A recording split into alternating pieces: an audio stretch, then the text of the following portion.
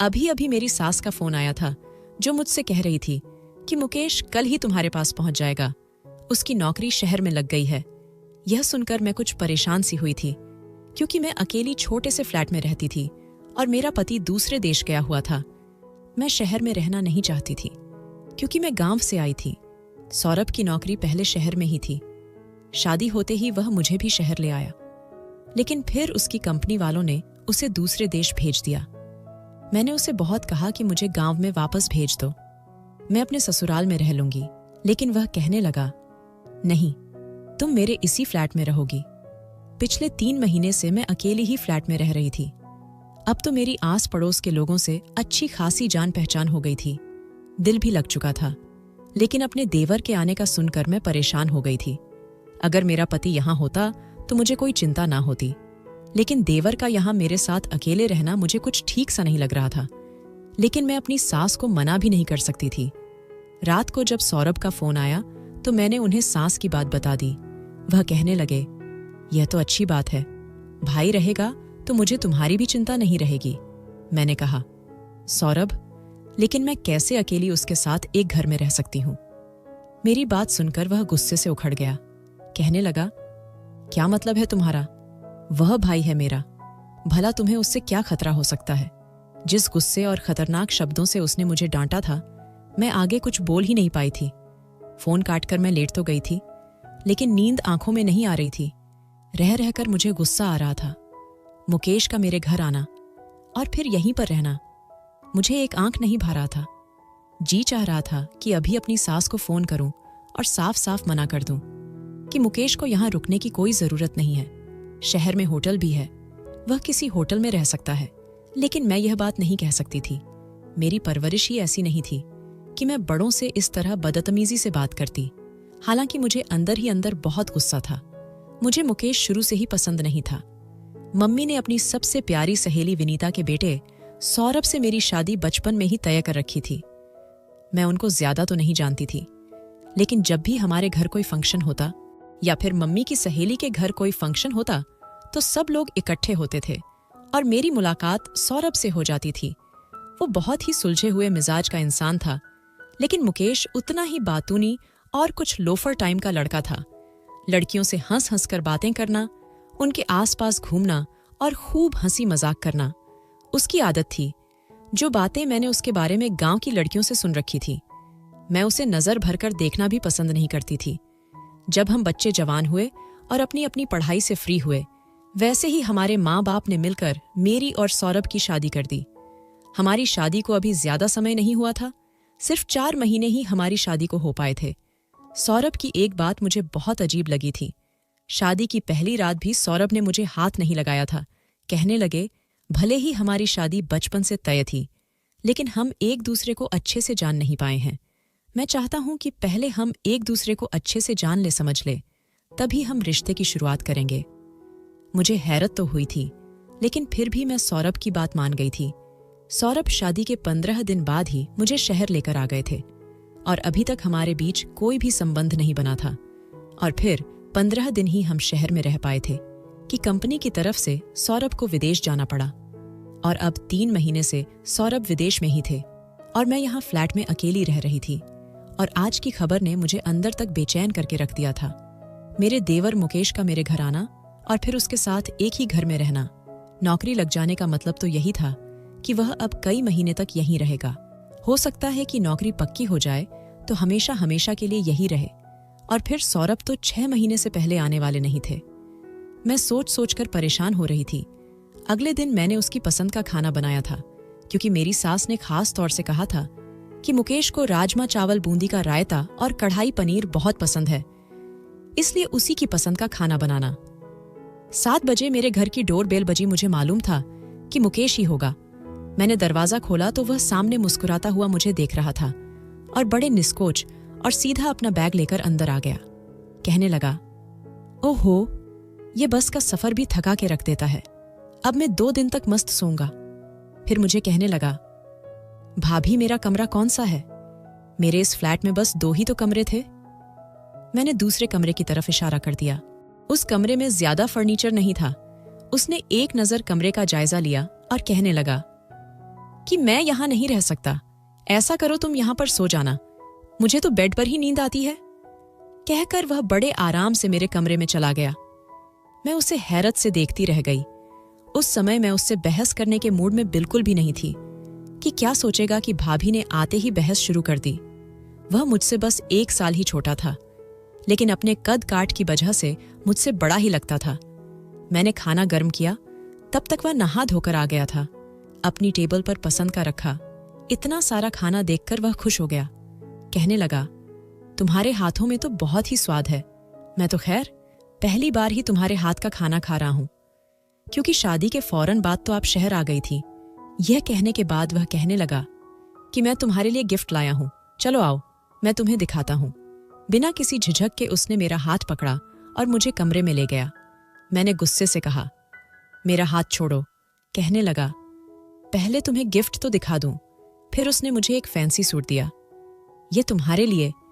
मैंने उसके हाथ से सूट लेकर रख लिया, लेकिन जिस तरह का वह लड़का था, मैंने यही सोचा था कि मुझे इससे दूरी बनाकर रखना चाहिए। लेकिन मैं नहीं जानती थी कि मैंने अपनी जिंदगी को किस नर्क में डाल लिया है। रात को मुकेश कमरे में ही सोया था और मुझे ही ड्राइंग रूम के सोफे पर लेटना पड़ा। मैंने सोचा तो यही था कि अगले दिन उसे कह दूंगी कि मुझे अपने कमरे की आदत है। अगर उसे मुश्किल है तो वह सोफे होल में रखकर ड्राइंग रूम को ही कमरा बना ले। ना जाने वो कब तक यहाँ रहता। लेकिन सुबह जब मैं उठकर बाहर आई तो वह जा चुका था। लेकिन दोपहर को ही वह बड़ा खुशी खुशी घर में दाखिल हुआ। कहने लगा, मेरी नौकरी पक्की हो गई है, कल से ज्वाइन कर लूंगा। यह कहकर वह बड़े लौफर अंदाज से सोफे पर बैठ गया था और सामने रखी टेबल पर उसने अपने पांव रख दिए थे। कहने लगा, बहुत थक गया हूं मैं, मुझे एक कप चाय बना दो। मैं उसकी भाभी थी। मैंने उसे चाय बनाकर दे दी और कहा कि मुझे अपने कमरे की आदत है, इसलिए तुम ड्राइंग रूम को अपना कमरा बना लो। लेकिन मैं नहीं जानती थी कि मेरी इस बात का वो इस तरह का जवाब भी दे सकता है। कहने लगा, अगर तुम चाहो तो हम एक ही कमरा एडजस्ट कर सकते हैं। यह सुनकर तो मेरा दिमाग घूम कर रह गया था। मैंने गुस्से से उसे देखा तो वह हंसने लगा। कहने लगा, मैं मजाक कर रहा था। मैं उठकर किचन में जाने लगी तो मुझसे कहने लगा, वैसे तुम गुस्से में बहुत खूबसूरत लगती हो सच्ची। जब गुस्से के मारे तुम्हारे गाल और नाक लाल हो जाती है तो जी चाहता है कि इन्हें। बात अधूरी ही छोड़कर वह शरारत से मुस्कुराने लगा था। मैं जानती थी कि वह किस टाइप की बातों का आदी है, चाहे सामने वाला उसकी ऐसी बातों से परेशान ही क्यों ना हो रहा हो। वह बाज नहीं आता था। मैं रात का खाना बना रही थी और वह हॉल में बैठा टीवी देख रहा था। लेकिन जिस तरह की वह इंग्लिश मूवी देख रहा था, आवाजें मुझे किचन के अंदर तक सुनाई दे रही थी। उसकी बेशर्मी पर मेरा जी चाहा कि उसे खरी खोटी सुना दूं कि उसे तमीज नहीं है, घर में उसकी भाभी मौजूद है। लेकिन मैं चुप रही, कुछ कह ना सकी। रात का खाना बनाकर मैं अपने कमरे में चली गई। कमरे का हाल देखा तो मेरा सर घूम गया था। जी चाहा कि अपना सर पीट लूं। पूरे कमरे में उसके कपड़े बिखरे पड़े हुए थे, कहीं तौलिया कहीं जूते। मुझे जितनी सफाई पसंद थी वह उतना ही गंदा इंसान था। मैंने उसके सारे कपड़े उठा लिए और धोने के लिए मशीन में डाल दिए और उसका बैग बंद किया और बाहर होल में रख दिया। अगले ही दिन उसने कमरे में बेड लाकर डाल लिया था। मैं मुकेश के घर आने से पहले ही खाना बनाकर अपने कमरे में जाकर कमरे का दरवाजा लॉक करके बैठ गई थी कि जब यह खाना खाकर सो जाएगा तभी कमरे से बाहर निकलूंगी। जितना मेरा उससे कम सामना होगा वही ज्यादा अच्छा है, क्योंकि वह एक नंबर का बदतमीज इंसान था। लेकिन मुझे हैरत उस समय हुई जब उसने मेरे दरवाजे पर दस्तक देनी शुरू कर दी। मैंने दरवाजा खोला तो कहने लगा कि खाना तो टेबल पर लगा दो, कब से भूख लगी है और तुम हो कि तुम्हें एहसास ही नहीं है कि कोई भूखा प्यासा बाहर बैठा है। मैंने कहा, सब कुछ तो तैयार है, तुम प्लेट में डाल लो और खा लो, यह तो तुम खुद भी कर सकते हो। मेरी बात सुनकर वह ना में गर्दन हिलाने लगा और कहने लगा कि कर तो मैं बहुत कुछ सकता हूं, लेकिन। यह कहकर वह फिर से मुस्कुराने लगा। उसकी यह मुस्कुराहट मुझे जहर लगती थी और फिर मेरे थोड़े करीब होकर कहने लगा, मुझे आदत नहीं है इन कामों की, इसलिए मुझे तकलीफ तो होगी, लेकिन यह सारे काम तुम्हें ही करने पड़ेंगे। चलो जल्दी से आओ और खाना लगाओ, मुझे बहुत भूख लग रही है। मैंने उसे गुस्से से देखा था और किचन में चली गई। खाना गर्म किया और टेबल पर लगा दिया। मैं उसके सामने बैठकर खाना नहीं चाहती थी, इसलिए अपनी प्लेट बनाई और अपने कमरे में जाने लगी तो वह कहने लगा, यह क्या बात हुई? यहाँ मेरे सामने बैठकर खाना खाओ, मैं तुम्हें खा थोड़ी जाऊंगा। वैसे भी मैं वेजिटेरियन हूं और इसलिए तुम अपने आप को सुरक्षित महसूस करो कि मैं तुम्हें नहीं खाऊंगा। यह कहकर वह जोर से ठहाके मारकर हंस पड़ा था। कहने लगा, भाभी हो तुम मेरी, लेकिन ना मुझसे बात करती हो ना कुछ कहती हो। मैं तो बहुत बोर हो चुका हूं। मुझे तो लगता है कि भाई भी दूसरे देश इसीलिए भाग गए हैं क्योंकि तुम उसके साथ भी ऐसा ही व्यवहार रखती होगी, तभी तो जान छुड़ाकर चला गया है तुमसे। उसकी इस तरह की बातों को सुनकर मेरी बर्दाश्त खत्म हुई थी। मैंने कहा, तुम अपने काम से काम रखो तो ज्यादा अच्छा है। तुम्हें खाना मिल रहा है, बस वह खाया करो। मैं कहाँ बैठी हूं, क्या करती हूं, क्या नहीं करती, इससे तुम्हारा कोई मतलब नहीं होना चाहिए। मुझे गुस्से से बोलते देखकर वह फिर से हंसने लगा। कहने लगा, यूं मत बात किया करो। मैंने यह बात तुम्हें पहले भी बता रखी है कि गुस्से में तुम कुछ ज्यादा अच्छी लगने लगती हो। काश कि सौरभ की जगह मैं होता तो तुम्हारे साथ। उसकी बात सुनकर मुझे आग सी लग गई थी। मैंने कहा, तुम्हें शर्म नहीं आती? इस तरह की बातें करते हुए वह कहने लगा, कैसी शर्म? जानती हो देवर भाभी में कैसे कैसे मजाक और बातें चलती हैं। लेकिन तुम तो शायद बहुत ही बोर किस्म की लड़की हो। जरा मेरे साथ वक्त गुजारा करो तो तुम्हें भी अंदाजा हो जिंदगी कितनी हसीन है। यह कहकर वह एक के बाद एक रोटी के निवाला मुंह में डाल रहा था। मैं बस उसे हैरत से देख सकती थी। मैंने कहा कि मैं सौरभ से बात करती हूं, वही तुम्हें तमीज सिखाएगा कि भाभी से कैसे बात करते हैं। मुझे लगा था कि इस बात पर वह अपना व्यवहार थोड़ा ठीक कर लेगा, लेकिन ऐसा नहीं हुआ। उसे तो जैसे किसी बात की परवाह ही नहीं थी।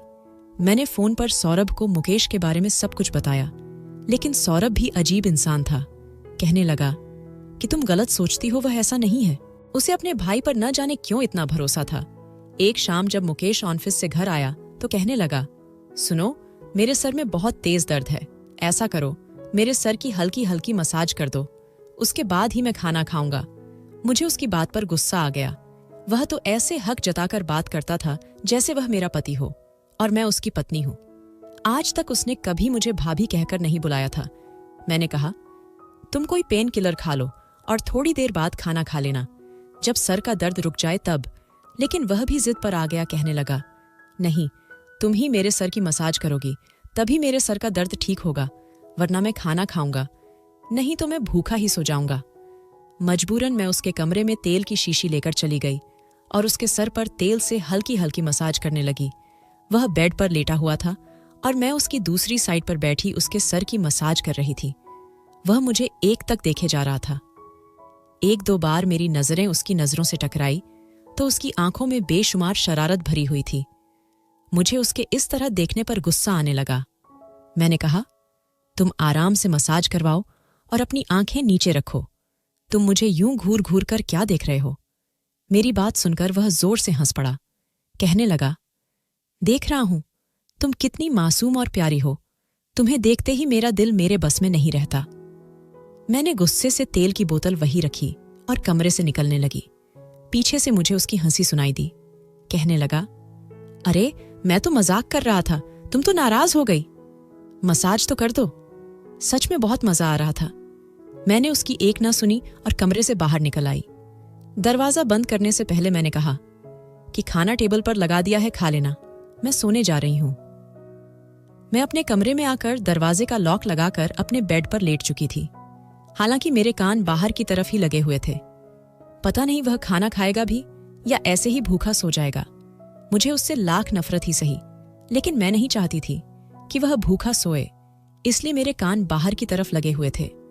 लगभग आधे घंटे के बाद ही मुझे बाहर बर्तनों के खटकने की आवाज आने लगी थी और मेरे दिल को सुकून आ गया और मैं आराम से सो गई थी। रात का न जाने कौन सा पहर था कि मुझे कुछ अजीबोगरीब सा शोर सुनाई दिया और इसी शोर की वजह से मेरी आंख खुली थी।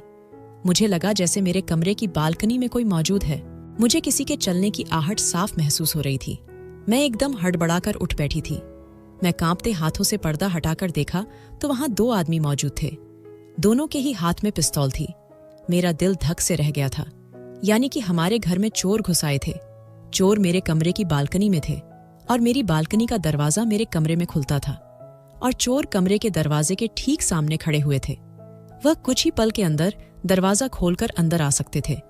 मुझे याद नहीं था कि दरवाजे का गेट अंदर से लॉक है या खुला हुआ है, और मेरे पास इतना समय भी नहीं था कि मैं जाकर दरवाजा चेक करती। अगर मैं दरवाजे तक पहुंचती तब तक वह चोर अंदर आकर मुझे दबोच सकते थे। मैंने भलाई इसी में समझी कि मैंने जल्दी से रूम का दरवाजा खोला और बाहर की तरफ दौड़ लगा दिया। कमरे से बाहर निकलने से पहले मैंने कमरे को बाहर से लॉक कर दिया था, लेकिन यह मेरी गलत फहमी थी, क्योंकि मेरे कमरे में खिड़की थी और उस खिड़की को अंदर से खोलकर कमरे की कुंडी को बाहर से आसानी से खोला जा सकता था। मैं हर बड़ाहट में मुकेश के कमरे के दरवाजे को खटखटाने लगी। वह भी गहरी नींद से उठ गया और मुश्किल से ही आंखें खोलकर मुझे हैरत से देखने लगा। मेरे चेहरे की बदहवासी देखकर मुझे पूछने लगा, क्या हुआ है? मैं फौरन से उसे पीछे धक्का देकर उसके कमरे में आ गई। मैंने उसके कमरे का दरवाजा अंदर से बंद कर लिया और कुंडी भी लगा दी। यह देखकर वह बहुत हैरान था। मेरी हालत ठीक नहीं थी। डर की वजह से मैं कुछ बोल नहीं पा रही थी। मैंने मुश्किल से कहा कि मेरे कमरे में चोर। मेरी बात यहीं तक पहुंची थी कि कमरे के दरवाजे पर दस्तक हुई। यह सुनकर तो मेरे रही सही हिम्मत भी जवाब दे गई थी। अपने कमरे की दस्तक की आवाज सुनकर मुकेश भी घबरा गया था, लेकिन मेरी हालत तो यह थी कि मेरा दिल ही धड़कना बंद हो गया था। और फिर मैं नहीं जानती थी क्या हुआ कि डर के मारे उसके सीने से लग गई और उसके कमर को दोनों हाथों से जकड़ लिया। मैंने कहा, बाहर चोर हैं। यह लोग मेरे कमरे में थे। मुझे डर लग रहा है। डर के मारे मुझे लग रहा था कि शायद मेरी जान ही निकल जाएगी। मुझे अपनी इस गलती का बिल्कुल भी एहसास नहीं था कि मैं क्या कर रही हूं। मैं कसकर मुकेश की कमर को जकड़े हुए थी और उसके सीने से लगी डर के मारे मैं कांप रही थी। शायद मैं बहुत ज्यादा डर चुकी थी। कमरे में दोबारा से दस्तक होने लगी। बाहर जो भी था वह कहने लगा कि दरवाजा खोलो। मैंने मुकेश से कहा कि दरवाजा मत खोलना, यह हम दोनों को मार डालेंगे। मैंने उनके हाथों में बंदूक देखी है। मैं उसके सीने से लगी। यह सब कह रही थी। वह मुझसे कहने लगा कि तुम परेशान मत हो, यह लोग अंदर नहीं आ सकते, दरवाजा लॉक है। उसने मुझे खुद से दूर करना चाहा, लेकिन मैं डर के मारे उसके सीने से लगी रही। वह मुझे अपने साथ लगाए बेड तक ले आया, फिर मुझे बेड पर बिठाया, खुद भी मेरे बराबर में बैठ गया। कहने लगा, डरो मत, मैं हूं ना। दरवाजे पर फिर से दस्तक हुई थी। इस बार बहुत ही तेज आवाज में एक आदमी ने कहा कि दरवाजा खोलो, वरना हम दरवाजा तोड़ देंगे। यह सुनकर मैं उसका हाथ अपने दोनों हाथों में जकड़ लिया। शायद हमारी किस्मत ही खराब थी कि हम दोनों का फोन ही हमारे पास नहीं था। मैं बदहवासी से भागते हुए अपना फोन अपने कमरे में ही छोड़ आई थी और मुकेश ने अपना फोन बाहर हॉल में चार्जिंग पर लगाया हुआ था। क्योंकि मुकेश के कमरे में बोर्ड तो था, लेकिन फोन रखने की कोई जगह नहीं थी, इसलिए सोने से पहले मुकेश अपना फोन हॉल में ही चार्जिंग पर लगा देता था। मैंने कहा, तुम बाहर नहीं जाओगे। वह कहने लगा, ये मेरा कुछ भी नहीं बिगाड़ सकते, मेरा हाथ छोड़ो। यह कहकर उसने अपना हाथ मेरे हाथ से छुड़ा लिया। उसके बाद उसने एक दराज से पिस्टल निकाली। यह देखकर तो मेरा दिल जैसे थम सा गया था। मुझे यह डर लगने लगा कि कहीं वह आपस में भीड़ न जाए, कहीं वह लोग उसे ही गोली न मार दें। फौरन से उठकर मैं मुकेश के पास आ गई। मैंने कहा, ये तुम क्या कर रहे हो? कहने लगा, मैं कोई डरपोक दिल थोड़ी हूं, उनका मुंह तोड़ना अच्छे तरीके से जानता हूं। बस तुम कमरे से बाहर मत निकलना। मैं रोने लगी और उसे कहने लगी कि भगवान के लिए तुम कहीं मत जाओ, यह ना हो कि वह तुम्हें मार डाले। वह कहने लगा कि तुम परेशान मत हो, अगर हम यहाँ कमरे में भी बैठे रहे तब भी वह लोग कमरे का दरवाजा खोलकर अंदर जरूर आएंगे, इसलिए हमें हिम्मत से काम लेना होगा। मुझे लड़ना भी आता है और गोली चलाना भी। यह कहकर वह कमरे से बाहर चला गया। मैंने कमरे का दरवाजा बंद कर लिया। फिर मुझे बाहर बहस की और चीख पुकार की आवाज आने लगी थी। मेरा दिल डर की वजह से थर थर कांप रहा था। ऐसा लग रहा था जैसे वह लोग आपस में लड़ रहे हैं, और मेरा दिल अंदर ऐसे धड़क रहा था कि जैसे किसी बेलगाम घोड़े की तरह से भाग रहा हो। मेरे होंठ सफेद पड़ चुके थे, मेरे रंगत फीकी पड़ गई थी।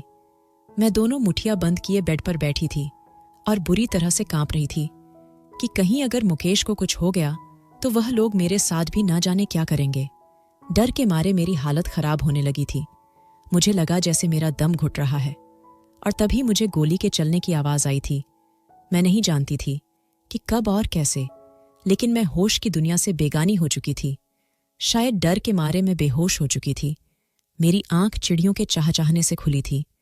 एकदम ही मैं उठकर बैठ गई तो देखा कि मैं मुकेश के बिस्तर पर लेटी हुई थी। मेरे बाल भी बिखरे हुए थे, लेकिन मैं अकेली उसके कमरे में थी। एकदम तो मुझे यह समझ नहीं आया कि मैं उसके कमरे में आई कैसे, लेकिन फिर रात वाला हादसा मुझे याद आने लगा, और जिसे याद करते ही मेरे होश उड़ गए थे। मुझे तो यह तक नहीं मालूम था कि बाहर हुआ क्या था। मैं फौरन से उसके कमरे से बाहर आई तो मुकेश सोफे पर बैठा सिगरेट पी रहा था।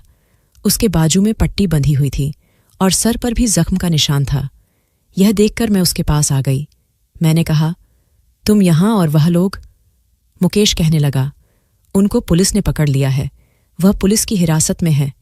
यह कहकर वह मुझसे नजरें चुराने लगा था। मैंने कहा कि तुम्हारे बाजू पर क्या हुआ है? वह कहने लगा कि लड़ाई के दौरान उन लोगों ने मुझ पर गोली चलाई थी, लेकिन वह मेरे बाजू से छूकर गुजरी थी, इसलिए मैं हॉस्पिटल में पट्टी करवा कर आया हूं। तुम शायद बेहोश हो गई थी, इसलिए तुम्हें किसी चीज की खबर नहीं थी, लेकिन अब तुम बिल्कुल भी चिंता मत करो, सब कुछ ठीक है। वह मुझे नजरें चुराई बातें कर रहा था। मैंने भी भगवान का धन्यवाद किया कि चलो, मुकेश को कुछ नहीं हुआ और वह लोग पुलिस की हिरासत में पहुंच गए थे। लेकिन उस दिन के बाद से मैं बहुत ज्यादा डर गई थी। पता नहीं क्यों मुकेश भी चुप चुप सा रहने लगा था। अब वह पहले जैसे शरारत बात बात पर हंसना, मेरे साथ मजाक करना बिल्कुल बंद कर चुका था। मुकेश को मैं जैसा समझती थी वह वैसा नहीं था, और अब तो काफी संजीदा सा हो गया था। मुझसे ज्यादा बात भी नहीं करता था। पता नहीं क्यों, लेकिन वह बहुत ज्यादा सिगरेट पीने लगा था। मैं उसके सामने खाना रखती तो वह किसी गहरी सोच में गुम रहता था। मेरे 2-3 बार याद दिलाने पर खाना खाता था। इस बात को 1 महीना गुजरा था कि मेरी तबीयत खराब सी रहने लगी, और एक दिन तो मुझे इतनी जोर का चक्कर आया कि मैं लहराकर नीचे गिरने ही वाली थी कि मुकेश ने मुझे अपनी बाहों में संभाल लिया था। अगर मुकेश मुझे सहारा ना देता तो मेरा सर टेबल में जाकर लगता और मैं बहुत बुरी तरह जख्मी हो चुकी होती। मुकेश ने मुझे सहारा देकर सोफे पर बिठाए। कहने लगा, तुम अपना बिल्कुल भी ख्याल नहीं रखती हो, अपना ख्याल रखो।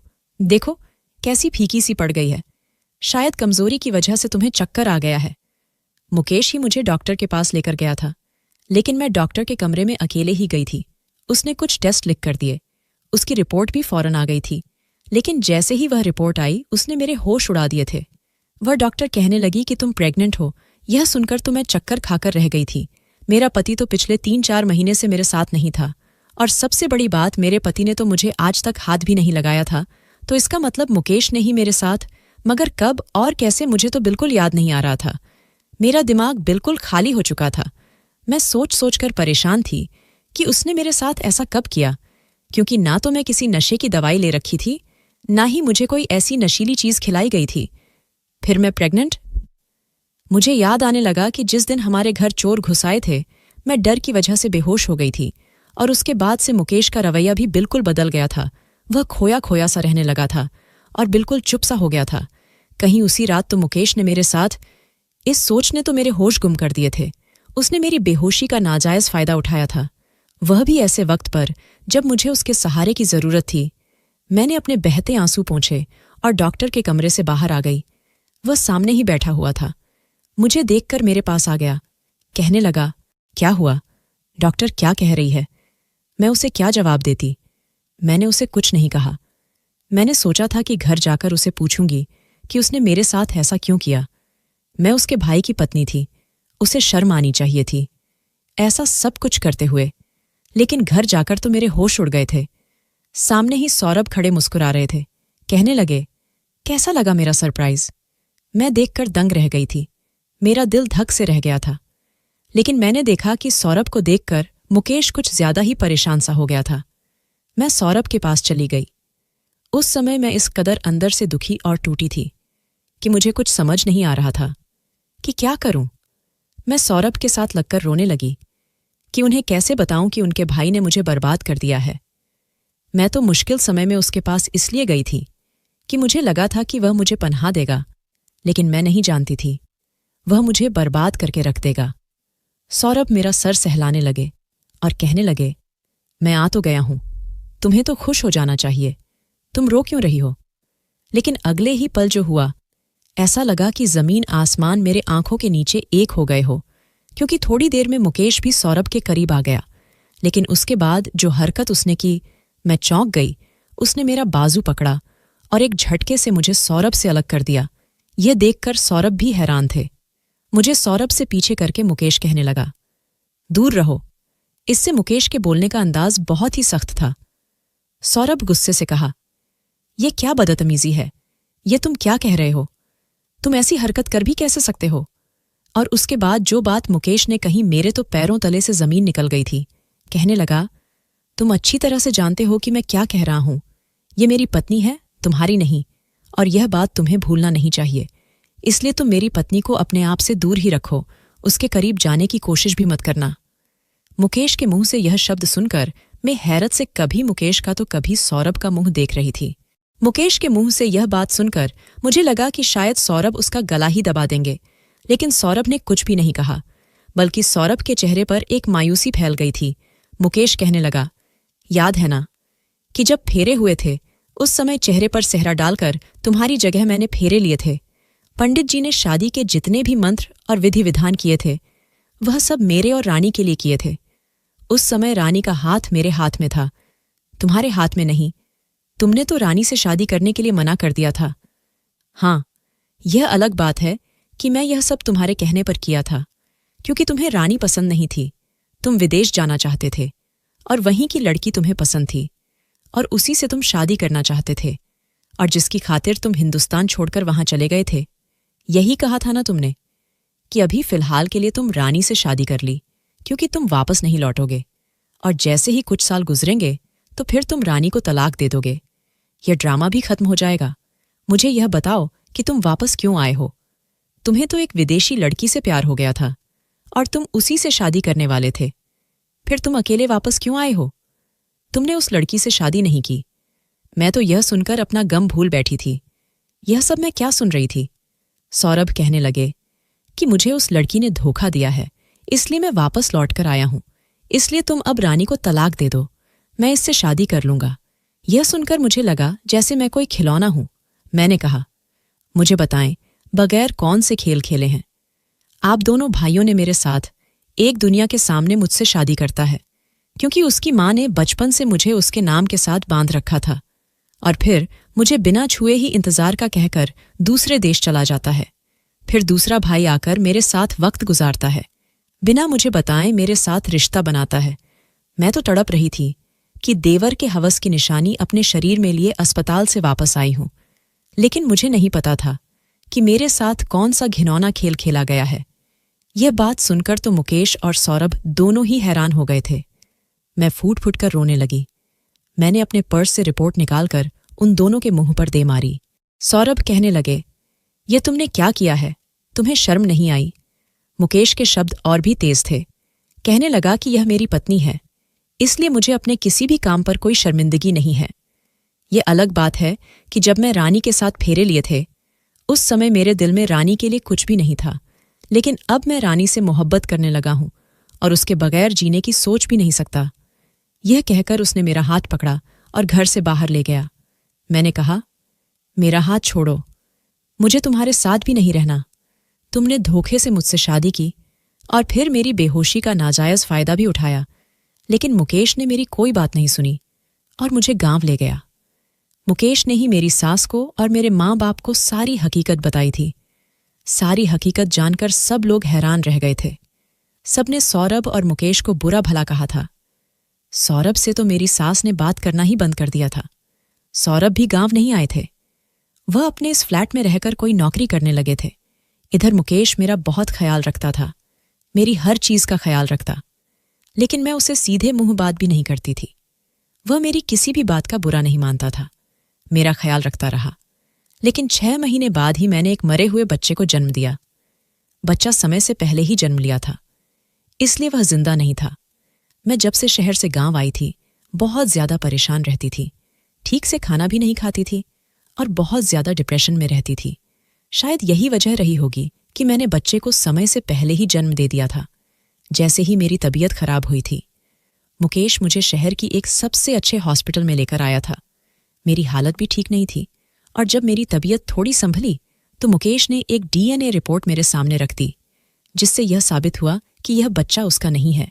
वह कहने लगा, जिस रात वो डाकू आए थे उन्होंने मेरे बाजू पर गोली मारी और मेरे सर पर पिस्टल से मारा और मैं बेहोश हो गया था। मैं नहीं जानता कि फिर क्या हुआ था, लेकिन जब मुझे होश आया तो वह दोनों घर से जा चुके थे। कमरे का दरवाज़ा टूटा हुआ था और जब मैं कमरे में आया तो तुम्हारी हालत देखकर मैं समझ गया था कि वह तुम्हारे साथ गलत हरकत कर चुके हैं। तुम बहुत ही गलत हालत में बेड पर लेटी हुई थी। मैंने ही तुम्हारे कपड़े ठीक किए थे। जब तुम्हारी रिपोर्ट मैंने देखी तो मुझे यही ठीक लगा कि मैं तुम्हें अपना लूं, क्योंकि तुम्हारा इसमें कोई कसूर नहीं था। जो कुछ भी हुआ वह एक हादसा था। मैं पथराई हुई आंखों से कभी उसे देख रही थी तो कभी उस रिपोर्ट को। मुझे समझ नहीं आ रहा था कि मैं चीख मार मार कर आंसू बहाऊं या फिर भगवान का धन्यवाद करूं, जिसे मुकेश के रूप में मुझे इतना अच्छा पति दिया था। मेरी आंखों से आंसू निकलता देखकर मुकेश मेरे करीब आ गया। उसने अपने हाथों से मेरे आंसू साफ किया और मेरा सर अपने कंधे पर टिका लिया। मुकेश का स्पर्श पाते ही मैं और भी तड़प तड़प कर रोने लगी थी। मैंने कहा, मुकेश मुझे माफ कर दो। मैं तो तुम्हें बहुत ही नीच इंसान समझ रही थी, लेकिन तुम्हारी जैसी महानता तो मैंने आज तक किसी में नहीं देखी। मेरी वजह से आज तक तुम्हें बहुत दुख पहुंचा है। मुझे माफ कर दो। मुकेश धीरे धीरे मेरी पीठ को सहला रहा था। कहने लगा, माफी मांगने की कोई जरूरत ही नहीं है। मैंने कभी तुम्हारे बारे में कुछ गलत नहीं सोचा। मुझे पता था जो तुम्हारा व्यवहार मेरे साथ है वह नेचुरल है। कोई भी लड़की ये बर्दाश्त नहीं कर सकती थी जो तुम्हारे साथ हुआ था। मैंने सुकून से आंखें मूंद ली थीं। मेरे दिल में मुकेश के लिए ढेर सारा प्यार उमड़ आया था। घर आने के बाद मुकेश ने मेरी बहुत देखभाल की थी। धीरे धीरे मेरी तबीयत संभल गई थी और मैंने उसके बाद खुशी खुशी मुकेश को अपने पति के रूप में स्वीकार कर लिया था। हम दोनों एक दूसरे से इतना प्यार करते हैं कि लोग हमारे प्यार की मिसाल देते हैं। मुकेश की हमराही मैं बहुत खुश हूं और खुशी खुशी जिंदगी गुजार रही हूं। दोस्तों, वीडियो कैसा लगा कमेंट कर जरूर बताएं। वीडियो को लाइक और चैनल को सब्सक्राइब जरूर कर देना।